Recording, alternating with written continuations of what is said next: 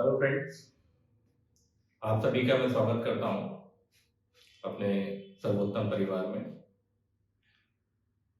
और जैसा कि आप सभी मेरा नाम तो अब जान ही गए होंगे, फिर भी मैं बता देता हूं। मैं अजय वीर सिंह आज अपने उसी टॉपिक को जो हमने कल डिस्कस किया था, यानी जो हमने क्लाइमेट की जो मेजर बेल्ट्स देखी थी, ठीक, जो हमने 7 पेटियों में 11 तरह के जो हमने सब क्लाइमेटिक जोन्स देखे थे, उनमें से हमने कल इक्वेटोरियल क्लाइमेटिक बेल्ट का अध्ययन किया था। और इक्वेटोरियल क्लाइमेट बेल्ट को हमने सिर्फ क्लाइमेटिकल कंडीशंस के आधार पर कल हमने इसको चर्चा की थी। और जैसा कि मैं आपको कल के वीडियो में ये चीज कह के ही गया था कि जब मैं आऊंगा आपके पास अपने नेक्स्ट वीडियो में, तो धीरे धीरे करके जितनी भी ये 11 प्रकार की क्लाइमेटिक बेल्ट्स हैं, इन सब की कैरेक्टरिस्टिक्स के साथ आऊंगा। ठीक है, तो इक्वेटोरियल बेल्ट का क्लाइमेटिक कंडीशन हमने कल देखा, और उसी इक्वेटोरियल बेल्ट का ही बचा हुआ शेष पार्ट हम आज आगे बढ़ाते हैं। ठीक है, तो आइए देर ना करते हुए शुरू करते हैं।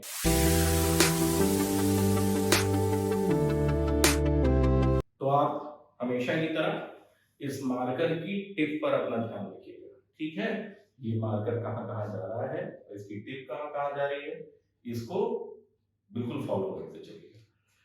तो देखो बच्चों, आज का जो हमारा क्या है, जो टॉपिक हम डिस्कस करने वाले हैं, वो टॉपिक डिस्कस एक्चुअली क्या है, वो नेचुरल इक्वेटोरियल रीजन के बारे में हम बात करेंगे।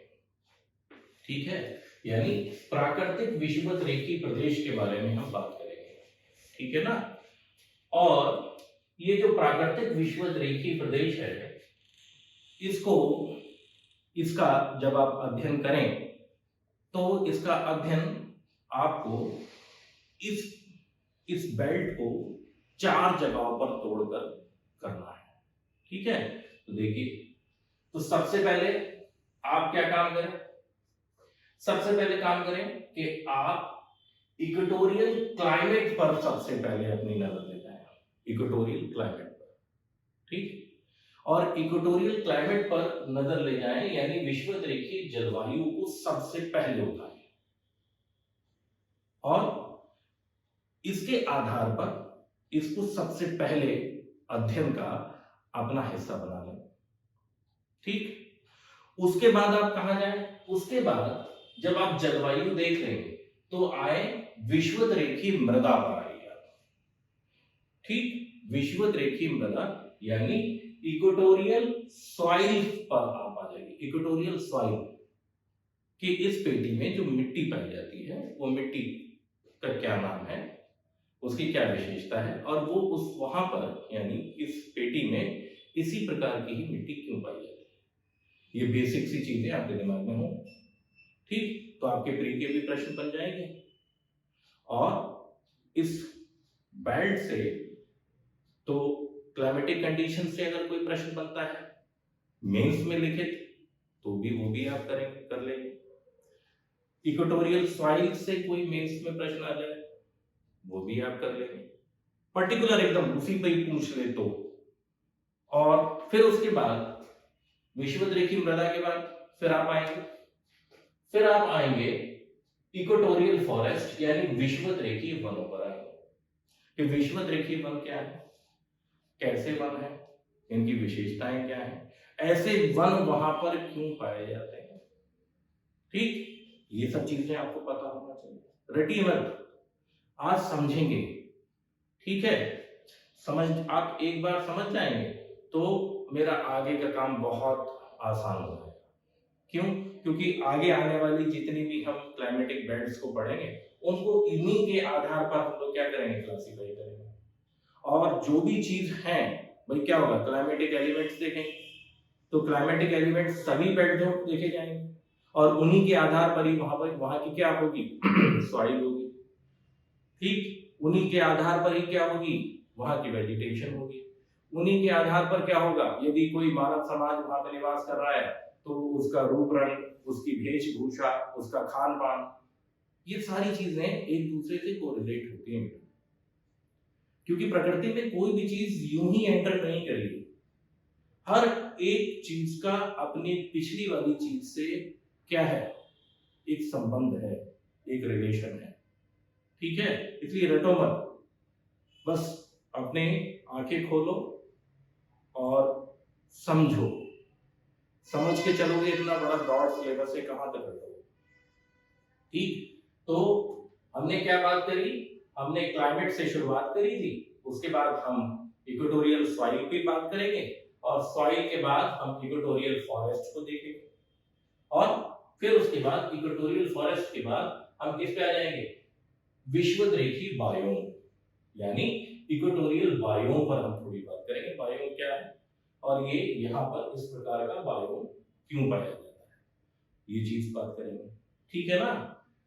और इन चारों तत्वों को हम क्या करेंगे, जब हम अध्ययन कर लेंगे तो एक तरह से हमने प्राकृतिक विषुवत-रेखीय प्रदेश का अध्ययन किया। ठीक, अब चाहे प्राकृतिक विषुवत-रेखीय वन से पूरा का पूरा प्रश्न पूछ ले कोई आपसे, तो ध्यान रखना है climatic condition, soil, forest, biome, इन चारों तत्वों की चर्चा करनी है, और नेचुरल इक्वेटोरियल क्लाइमेट को डिफाइन कर देना। So simple.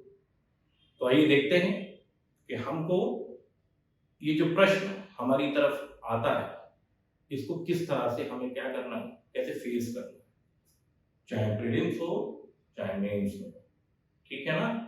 चलिए आइए देखते हैं।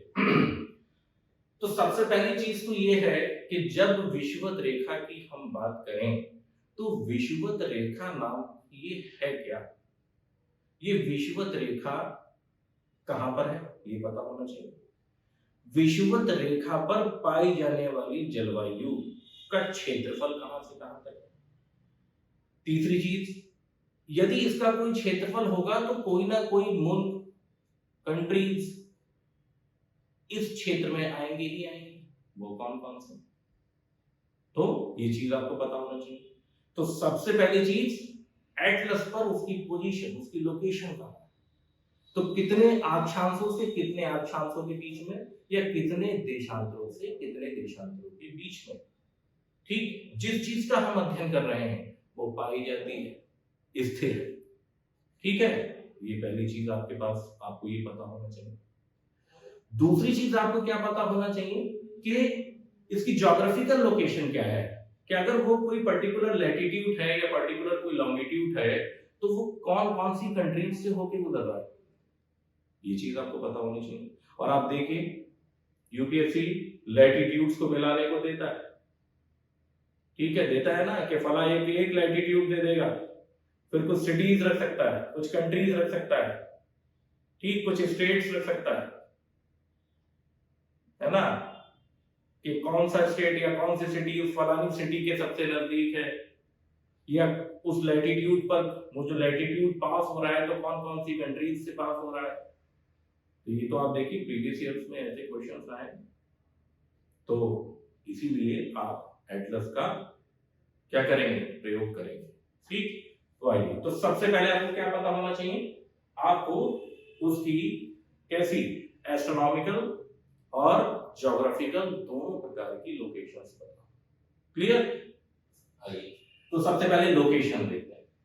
देखिए वर्ल्ड मैप को मैंने थोड़ा सा ये ड्रॉ करने की कोशिश करी है ना, एक रफ स्केच बनाया है, और ये बहुत जरूरी है बच्चों, इसीलिए मैं ये सारी चीजें अपने आप को ड्रॉ करता हूँ ये। ठीक है, और ड्रॉ करते करते पढ़ाता जाता हूं, इससे क्या होता है, ये सारी, ताकि जो स्टूडेंट सामने बैठा हुआ है वो ये जो कला है ये उसके हाथ में आ जाए, ये हुनर उसके हाथ में बस जाए। ठीक है, वर्ल्ड मैप, इंडिया का मैप, यूपी का मैप, मतलब जिस स्टेट से आप बिलोंग करते हैं, ये सब आपको बिल्कुल यहां कंठस्थ होना चाहिए। ठीक, चलो हाथ से ड्रॉ करा करिए।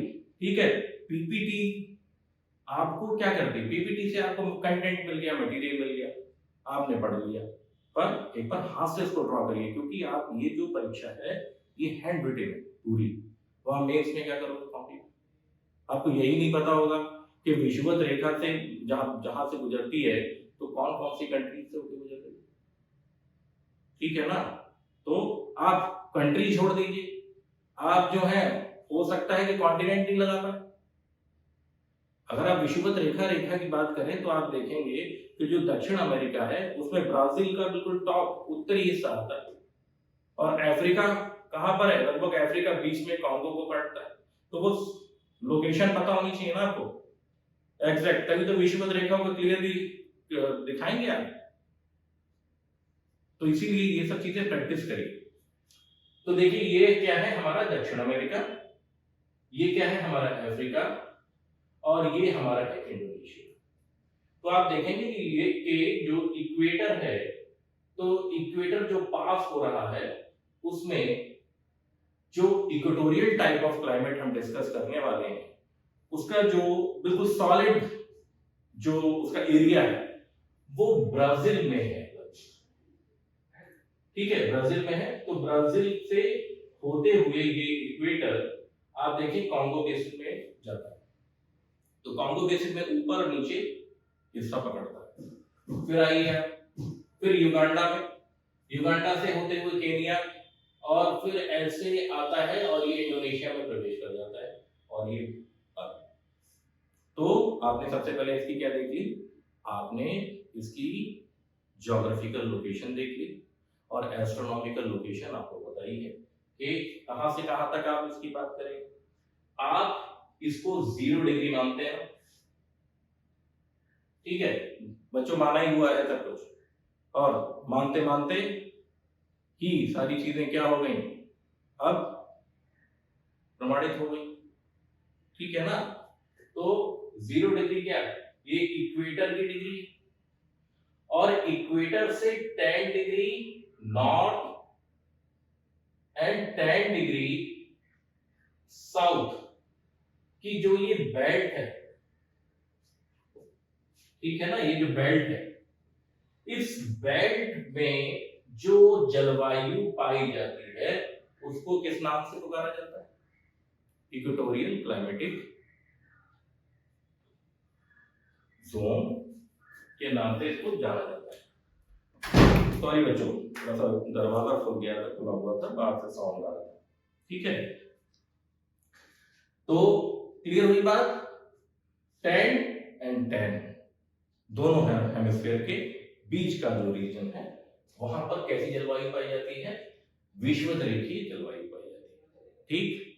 तो विषुवत रेखीय जलवायु का अध्ययन कल जब हमने किया था तो हमने उसके किस पर, क्लाइमेट पर चर्चा कर ली थी, है ना।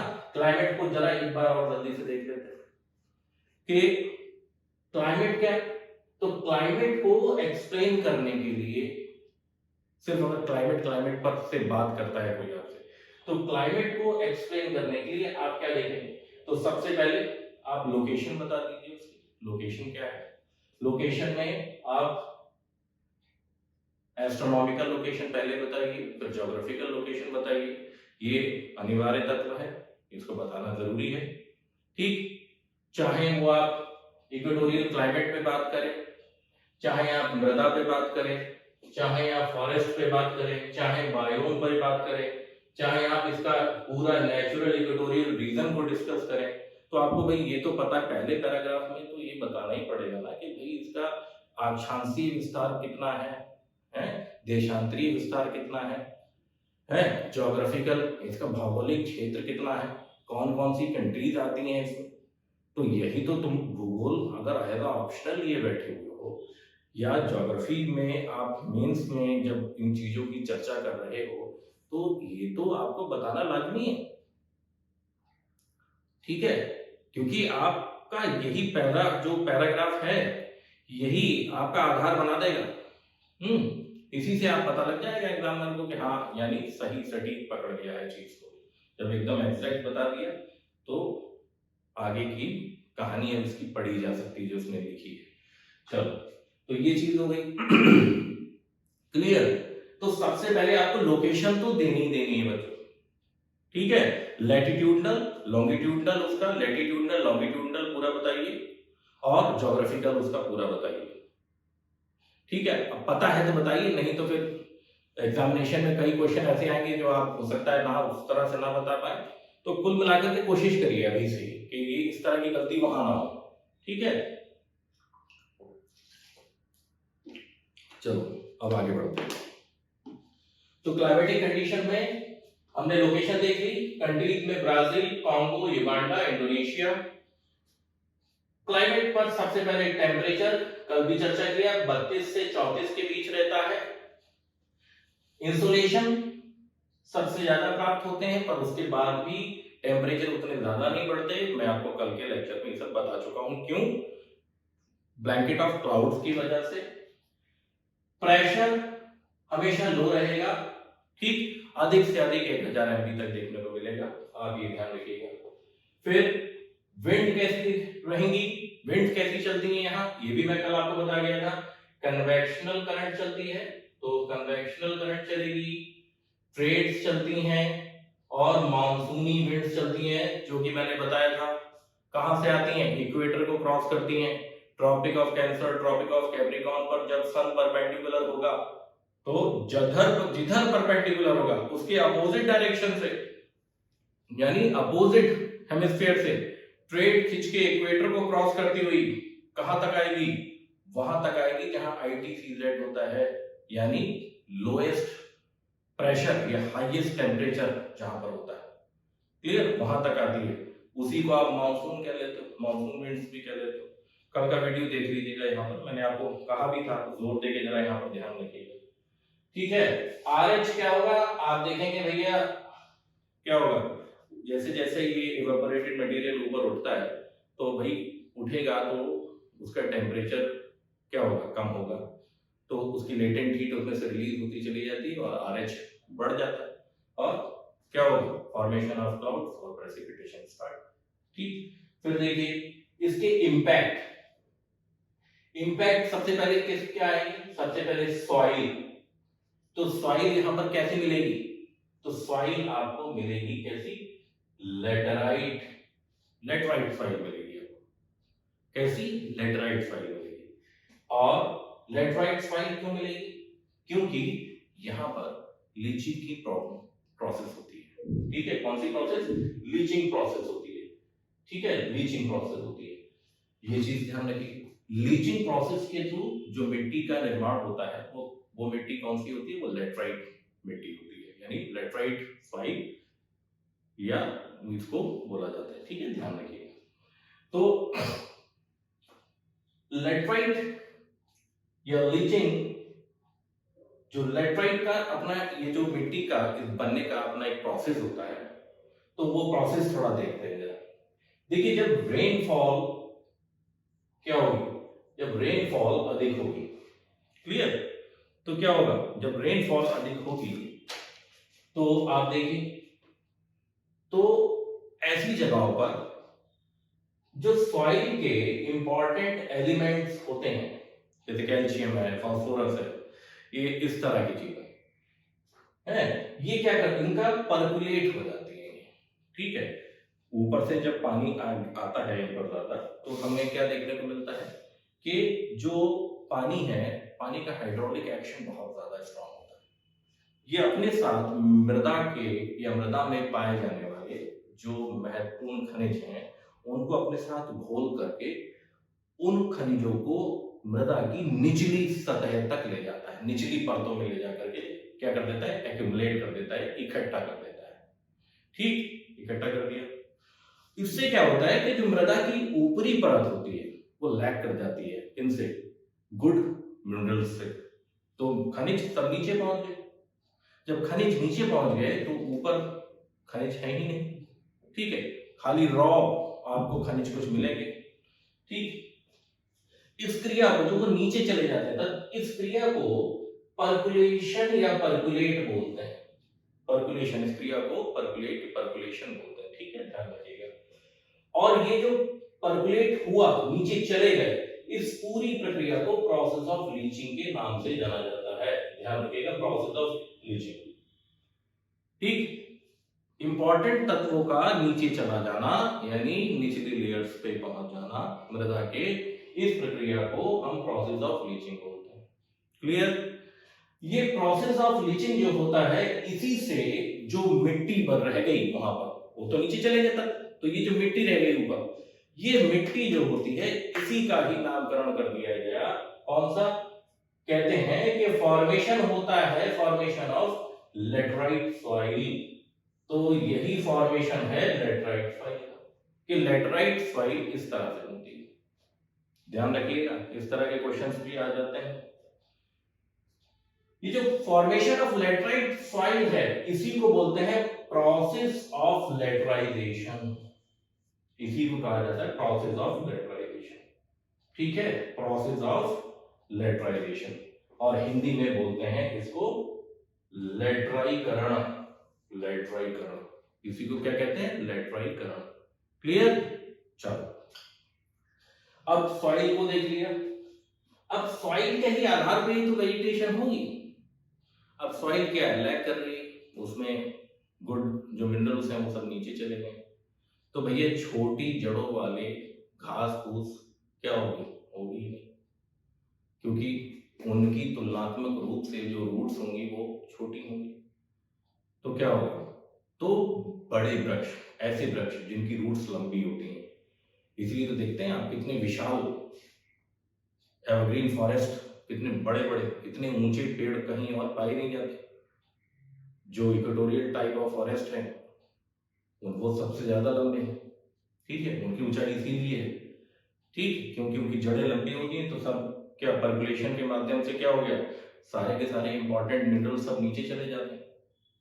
तो जिन उनकी रूट्स लंबी होती हैं, तो क्या होगा? बड़े वृक्ष ही तो वहां सर्वाइव करता है, छोटी छोटे रूट्स वाला तो ये श्रब्स तो होंगी नहीं ज्यादा। पर ऐसा नहीं है, होंगी, होती हैं। देखो ऐसा है बच्चों कि अगर लेंस ज्योग्राफी पढ़ते हो ना, और ज्योग्राफी पढ़ने के बाद कहीं लेंस लेके मत निकल बैठना। आप बहुत सारी चीजें पढ़ते हो, बिल्कुल डिग्री टू डिग्री बात करोगे आप, हाँ, पर आप जाएंगे, मैंने आपको बताया था कि 7 to 7 के बीच का जो रीजन होता है, इक्वेटोरियल फॉरेस्ट यहाँ पे सर्वाधिक पाए जाते हैं। तो मैंने यहाँ आज आपको 10 और 10 क्यों बता दिया? भैया ये सब चीजें क्या हैं? वो उसके आसपास के समीप के क्षेत्रों तक ये चीजें देखने को मिलती हैं। एकदम से कोई कट टू कट व्यवहार नहीं है नेचर का। जब एक जोन और दूसरी जोन मिल रही होती है, तो बीच का ट्रांजिट जोन इसीलिए कहलाता है कि कुछ लक्षण इधर भी दिखेंगे तो कुछ लक्षण इधर भी दिखेंगे। ये चीज अपने मन में रखना हमेशा। ज्योग्राफी के विद्यार्थी हो तुम लोग, नेचर का अध्ययन कर रहे हो आप, नेचर कभी भी कट टू कट नहीं होती है। क्लियर? कट टू कट व्यवहार नेचर का नहीं होता। कट टू कट व्यवहार सिर्फ मनुष्यों में भी बहुत कम मनुष्यों का ऐसा होता है जो कट टू कट व्यवहार रखते हैं। ठीक है, चलो, और जिन मनुष्यों का कट टू कट व्यवहार होता है, आप देखेंगे लोग उनसे थोड़ा सा दूर रहना चाहते हैं, है ना? चलो, ऐसे व्यक्ति को क्या बोलते हैं? डंडा ठोंक के बोलने वाला व्यक्ति, है ना? तो ऐसे व्यक्ति से क्या करता है, लोग थोड़ा सा बचना चाहते हैं। टमाट एकदम जवाब देने वाले, ना ना, ऐसा नहीं करना कभी भी। ठीक है, चलो, हमेशा चीजों को पचाना सीखो। चलो, तो ये चीज हो गई क्लियर। अब आगे देखो, अब वेजिटेशन पे आ जाओ। तो सॉइल के आधार पर ही तो वेजिटेशन होगी। तो वेजिटेशन कैसी पाई जाती है? तो इक्वेटोरियल एवरग्रीन फॉरेस्ट वेजिटेशन के नाम पे देखेंगे आप। और इक्वेटोरियल एवरग्रीन फॉरेस्ट में अमेज़न का जो फॉरेस्ट है, वो तो आपको पता ही कितने डेंस है, सब बहुत अच्छी तरह से आप जानते हैं। ठीक, तो एवरग्रीन फॉरेस्ट, इनको हिंदी में विषुवत रेखी सदाबहार वन कहा जाता है। ठीक है, चलो, इस चीज पर थोड़ी सी सॉइल पर बात ज्यादा अभी सॉइल पे करेंगे। वेजिटेशन की बात अगर होगी तो अभी जरा फॉरेस्ट पर, ग्रीन पे थोड़ा जोर देंगे। और एनिमल्स पे बात कैसे करेंगे? एनिमल्स ट्रॉपिकल वाइल्ड एनिमल्स, यहाँ पर जो स्पीशीज पाई जाती हैं, ठीक है, उन स्पीशीज को नीचे दर्शाने से पहले आप ट्रॉपिकल वाइल्ड एनिमल जरूर डालिएगा, क्योंकि ट्रॉपिकल बेल्ट के वो जंगली जीव इस बेल्ट में है। ठीक है, तो अभी जब हम बात किस पे करेंगे, जब हम बायोम पे बात करेंगे ना, तो बायोम में देखिए प्लांट्स और एनिमल्स, तो मैं आपको यहाँ एनिमल्स पर अभी बोलूंगा थोड़ा सा। ठीक है, चलो, तो एनिमल्स आप देखिए, ट्रॉपिकल वाइल्ड एनिमल्स को ही उष्णकटिबंधीय जंगली जीव बोलते हैं। ये कौन कौन से हैं मैं आपको मोटे मोटे 4-5 बताऊंगा। ठीक है, आइए देखते हैं। तो विषुवत-रेखीय मृदा, तो विषुवत-रेखीय मृदा पर अब आ गए हम लोग। तो ये हमने क्या देख लिया, इक्वेटोरियल क्लाइमेट देख लिया, और इक्वेटोरियल क्लाइमेट के बाद अब अगली टॉपिक हम थोड़ा सा इधर अपना फोकस कर रहे हैं, तो विषुवत-रेखीय मृदा पे बात कर रहे हैं। तो अब क्या करना है, विषुवत-रेखीय मृदा पर तो लोकेशन डालनी है सबसे पहले आपको, उसके बाद क्या काम करना है, अब मृदा भी देखिए, मृदा का लोकेशन पकड़िए आप, तो मृदा क्या जाएगी, पूरा इक्वेटोरियल आपको पकड़ लेना है, 10 to 10 पकड़ लेना है। ठीक है, क्योंकि मिट्टी हमेशा क्या करती है, विंड और बहते हुए जल से ये इस तरह से बाहर की ओर भागती है। ठीक है, बाहर की ओर निकलती है। तो आप ये नहीं कह सकते कि बिल्कुल इसका भी कोई बिल्कुल क्षेत्र निश्चित है कि बस इससे आगे नहीं, 1 डिग्री आगे नहीं, बस उत्तर में 1 डिग्री इससे आगे नहीं, ऐसा नहीं। ठीक है, चलो, तो वो आप गीत भी सुनाओ, याद आ गया वो गीत। ठीक है, आपको गीत बहुत अच्छी तरह से याद आ गया होगा कि रेफ्यूजी फिल्म का। चलो, तो ये चीज अब देखते हैं। तो लोकेशन, तो एस्ट्रोनॉमिकल, अक्षांशीय और देशांतरी आपको बता देनी है पूरी इनकी, और उसके बाद ज्योग्राफिकल कंडीशंस बता देनी है, और फिर उसके बाद आप क्या करेंगे कि क्लाइमेटिक फैक्टर्स को बताना है थोड़ा सा। तो क्लाइमेटिक फैक्टर में आप सबसे पहले टेम्परेचर को बताएंगे कि टेम्परेचर कितने हैं, 30 और 34 रहते हैं, और 30 और 34 और क्या है, क्लाउड्स का बराबर फॉर्मेशन होता रहता है। उसकी वजह से क्या है, रेनफॉल बराबर परमानेंट साल भर 200 सेंटीमीटर तक यहाँ देखने को मिलती है। उसकी वजह तो क्या हुआ, रेनफॉल 200 सेंटीमीटर तक की बात हो गई। ठीक, तो जब इतनी हो गई रेनफॉल, तो जब रेनफॉल इतनी है, टेम्परेचर इतने बने रहते हैं वर्ष भर, तो रेनफॉल भी इतनी वर्ष भर बनी रहती है। तो क्या है, तो सॉइल की कैरेक्टरिस्टिक बताने में क्या कोई देर लगेगी आपको, तुरंत बताइए। तो क्या करना है, सॉइल की कैरेक्टरिस्टिक्स आपको क्या पकड़ लेनी है, तो ये इधर देखिए, तो सॉइल की कैरेक्टरिस्टिक्स ये, कुछ आया समझ में, आपको ये चीज एक्सप्लेन करनी है तुरंत। यहाँ पर रेनफॉल अधिक, soil of element percolate, process of leaching, formation of laterite soil, process of mineralisation, तुरंत इतना बता दिया। तो ये सॉइल की कैरेक्टरिस्टिक हो गई। अब इसके इंपैक्ट क्या होंगे, इसके इंपैक्ट क्या बताने आपको, इसके इंपैक्ट क्या होंगे, लैग कर गया सॉइल का ऊपरी बेल्ट इससे, इंपॉर्टेंट मिनरल से, तो तभी तो बड़े वृक्ष बन रहे हैं, ऊंचे वृक्ष चल रहे हैं, लॉन्ग रूट्स वाले वृक्ष देखने को मिलेंगे। तो इसका इंपैक्ट देखिए, तो इसका इंपैक्ट जोड़िए यहाँ से, इसका इंपैक्ट है ये, इसका इंपैक्ट क्या है, इसका इंपैक्ट है ये, देखा, इसके इंपैक्ट में आपको क्या देखने को मिलेगा, इक्वेटोरियल फॉरेस्ट देखने को मिलेगी। ये तो इसका इंपैक्ट हुआ, यही इसका इंपैक्ट हुआ। उतनी ही चीजें हैं, चीजों को इधर से उधर, उधर से इधर, ऊपर से नीचे, नीचे से ऊपर, उसी कंटेंट को घुमाना सीखो बच्चों। ठीक है, चलो, अब इसके इंपैक्ट के रूप में इक्वेटोरियल फॉरेस्ट देखते हो, और इक्वेटोरियल फॉरेस्ट पे अगर कोई प्रश्न आ जाए, तो सबसे पहले वही लोकेशन डाले, एजी को बताया, एस्ट्रोनॉमिकल और ज्योग्राफिकल दोनों चीजों को दर्शा दिया, और फिर क्लाइमेटिक फैक्टर्स पे आ गए। क्यों, क्योंकि क्लाइमेटिक फैक्टर्स ही तो डिपेंड कर रहा है भाई टेम्परेचर है, रेनफॉल है, यही तो डिपेंड करेगा सॉइल को, और जैसी सॉइल होगी उसी के आधार पर वहां के नेचुरल वेजिटेशन होगा। So simple. ठीक, अब देखो, अब इंसुलेशन कैसा प्राप्त होता है सूर्य तक? अधिक वर्ष भर। टेम्परेचर भी रहता है अधिक, 30 से 34। आरएच कैसा रहेगा? सापेक्षिक आर्द्रता बड़ी रहती है। ठीक, रेनफॉल वर्षण अधिक होता है। तो क्या होगा, इनके आधार पर आप क्या कर सकते हो, पूरा का पूरा पेडोलॉजिकल फैक्टर्स आपके सामने। पेडोलॉजिकल फैक्टर्स यही है और क्या है भाई, मृदा की विशेषता का आधार क्या है? ये मृदा की विशेषता का आधार यही तो है, देखो ना, ये यही तो है मृदा की विशेषता के आधार। इन्हीं के आधार पर मृदा की विशेषता होगी। तो मृदा की विशेषता का आधार, तो इतने सब के बाद पेडोलॉजिकल फैक्टर्स, और उसके बाद जो मृदा बन रही है वो मृदा कौन सी है? तो उसका नाम क्या है? राजा, उसका नाम क्या है? ये देखिए, उसका नाम क्या है? Laterite soil. क्यों है आपको बताइए। तो इस पर क्या मिलेगा, इस पर कैसे वन मिलेंगे? वन मैंने आपको बताई थी, ट्रॉपिकल एवरग्रीन फॉरेस्ट, ऊंचे बड़े वृक्ष, संसार में सबसे ऊंचे वृक्ष मिलेंगे।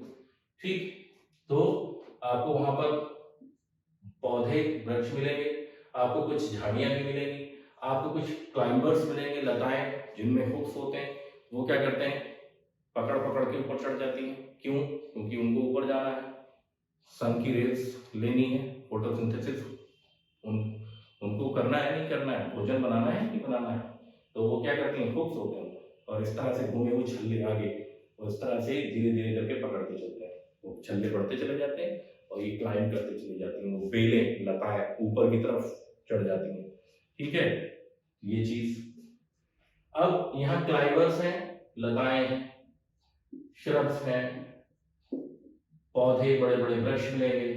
तो इस पे क्या करना है, इसमें चाहो तो थोड़ा सा सॉइल के बारे में भी लिख सकते हो कि भैया, और सॉइल के बारे में यहाँ मत लिखो, तो यहीं पे ही तुम थोड़ा सा यहाँ पे लिख दो सॉइल के बारे में, और फिर उसके बाद क्या करो भैया, जैसे पौधे होंगे भाई, उनका हैबिटेट क्या है, वो पौधे ही तो हैं, कुछ क्या होंगे, कुछ डिकम्पोजर्स होंगे, कुछ इंसेक्ट्स होंगे जो जमीन पे रह रहे होंगे, कुछ झाड़ियों में रह रहे होंगे। तो ये सारी चीजें, ऐसे भी जीव मिलेंगे आपको। ठीक है, तो जीवों के बारे में बताइए। जीवों के बारे में भी आप बता सकते हैं, पर जीवों के बारे में ज्यादा बताना नहीं। क्या वहां जीव कैसे मिलते हैं?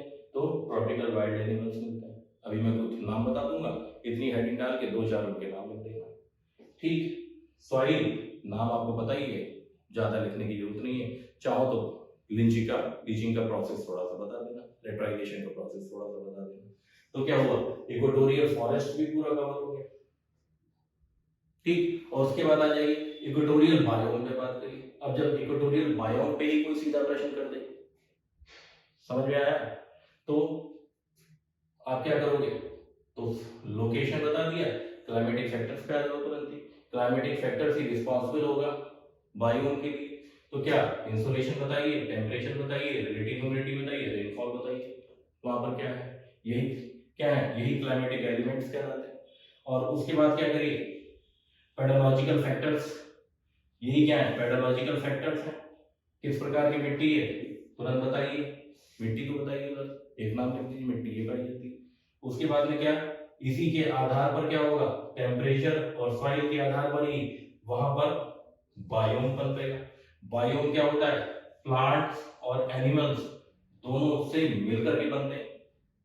ठीक है, तो प्लांट्स कैसे होंगे, प्लांट्स का नाम आप कुछ भी, कोई भी प्लांट्स डालेंगे तो इक्वेटोरियल एवरग्रीन फॉरेस्ट मिलते हैं। ये कैसे होते हैं, ये बहुत कठोर होते हैं। ठीक है, ये कैसे होते हैं, बहुत कठोर होते हैं। पत्तियां इनकी बहुत बड़ी बड़ी होती हैं, पानी खूब अच्छी तरह से मिलने की वजह से पत्तियां चमकीली होती हैं। दूसरे, ये एक ऐसे वन हैं जिन वनों में एक ही समय पर, एक तरफ देखेंगे तो एक प्लांट या एक ट्री फूल दे रहा होगा, एक ट्री फल दे रहा होगा, एक बीज देने के चक्कर में होगा, मतलब बीज ऐसी स्टेज पर है कि उसमें बीज आने लगा होगा। तो एक ही समय पर, क्यों? क्योंकि इतनी ज्यादा विविधता है, ठीक है, नेचुरल वेजिटेशन में इतनी डाइवर्सिटी है कि छोटे से क्षेत्र में हमें क्या मिल रहा है, इतने वृक्ष मिलते हैं जो अलग अलग क्वालिटीज के होते हैं। तो खास तौर से रोजवुड, है ना, खास तौर से रोजवुड, क्लियर होता, रोजवुड प्लांटेशन यहाँ बहुत ज्यादा है। फिर उसके बाद एनिमल्स, तो एनिमल्स कौन से पाए जाते हैं, तो ट्रॉपिकल वाइल्ड एनिमल्स। तो ट्रॉपिकल वाइल्ड एनिमल्स में देखिए, क्यों ट्रॉपिकल वाइल्ड एनिमल्स में आप देखें जैगुआर्स, पानी में चले जाएं केमन्स, ये क्रोकोडाइल्स की एक ब्रीड है, ठीक है, अधिकतम लगभग 3 मीटर तक हो जाते हैं, ठीक है, बड़ा बढ़िया जलीय शिकारी है, ठीक। चलो, और फिर देखिए आप और दलदली क्षेत्रों में आप प्रवेश करिए तो आप देखेंगे संसार का सबसे बड़ा और भारी सांप, ठीक है, रेप्टाइल्स में तो कीमन हो गए, तो रेप्टाइल्स, तो दूसरा एनाकोंडा। और आप फिर देखें क्या चीज आपको देखने को मिलेगी कि गायको छिपकली, गैको छिपकली, थोड़ी चितकबरी सी छिपकली होती है, थोड़ी बड़ी होती है आकार में, गैको छिपकलियां मिलती हैं रेप्टाइल्स में।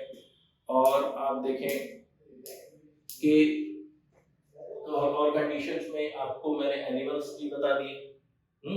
तो आप जैगुआर को बहुत ध्यान रखिएगा, गैको को ध्यान रखिएगा बहुत, आप ध्यान रखेंगे किसको, आप कीमन को बहुत ध्यान रखिएगा, एनाकोंडा को ध्यान रखिएगा। बहुत ही हाई कैनोपी होती है, नीचे छाया रहती है, धरातल पर अंधेरा रहता है, तो नीचे धरातल पर जीवन कभी भी क्या होता है, आपको लगता है सो जाता होगा, जी नहीं, इंसेक्ट्स, हजारों तरह के इंसेक्ट्स नीचे हैं, ठीक है, ऐसी ऐसी चींटियां जो पत्तियों को काट काट के ले जाती हैं, अपना भोजन बनाती हैं, ठीक है, तो जीवन नीचे बराबर चलता रहता है, डिकम्पोजर्स नीचे अपना काम करते रहते हैं, पत्तियां काट काट पत्तियां सड़ रही हैं तो वो भी तो नीचे ही आ रही हैं, ह्यूमस तो वैसे ही है, तो ह्यूमस बनता है। ह्यूमस क्या है, तो ऊपरी सतह को क्या दे देती है, थोड़ा न्यूट्रिशन दे देती है, तो थोड़ी झाड़ियां वाड़ियां भी हो जाती हैं, ठीक, ये चीज ध्यान रखिएगा। तो ये एनिमल्स की, ठीक है, और यही सब क्या है, यही सब तो इसकी इंपॉर्टेंस है, ये तो इसकी इंपॉर्टेंस है। तो कुल मिलाकर के हमने क्या देखा, हमने कुल मिलाकर के ये देखा क्या कि नेचुरल इक्वेटोरियल रीजन जो है, जो नेचुरल इक्वेटोरियल रीजन है, ठीक, जो नेचुरल इक्वेटोरियल रीजन है, इसको आप पूरा इसके आधार पर एक्सप्लेन करिए। और अगर इस इक्वेटोरियल नेचुरल रीजन में किसी पर्टिकुलर एक पार्ट पर अगर जोर देना चाह रहा है आपका क्वेश्चन पेपर, तो उसका एक पार्ट को इस तरह से आप एक्सप्लेन करिए, ठीक है। चलिए, मैंने आपको इस वीडियो के माध्यम से जो बताने की कोशिश की है, मैं आशा करता हूं वो बात आप तक पहुंच गई होगी, मैसेज, और यही इसी तरह से आप अपना आंसर राइटिंग भी कर सकते हैं, और इसी कहानी को याद रखिए और सुनिए बार बार इसको, और इस तरह से आप लिखने की कोशिश करिए। और याद रखिए कि जितनी भी प्रकार की बैट्स होती हैं उन सबको इसी तरह से एक्सप्लेन करेंगे हम लोग, ठीक है। चलो, और एक बात और ध्यान रखिए कि इस तरह से जब आप पढ़ते हैं तो आप देखते हैं कि मेंस के साथ साथ आपकी पूरा प्रिपरेशन अपने आप प्री का होता चला जाता है, ठीक। चलिए, तो मैं अब चलता हूं और मुझे आज्ञा दीजिए, और मैं आशा करता हूं कि ये वीडियो जिस उद्देश्य से मैंने बनाया है और आप तक या आपका वो उद्देश्य को की प्राप्ति में ये सहयोग करे। और इसी के साथ मैं चलता हूँ, अपना स्टडी को बराबर बनाए रखिए और कभी भी घबराइए मत, प्रेशर मत लीजिए, ठीक है। जय हिंद, बाय बाय, कल मिलते हैं।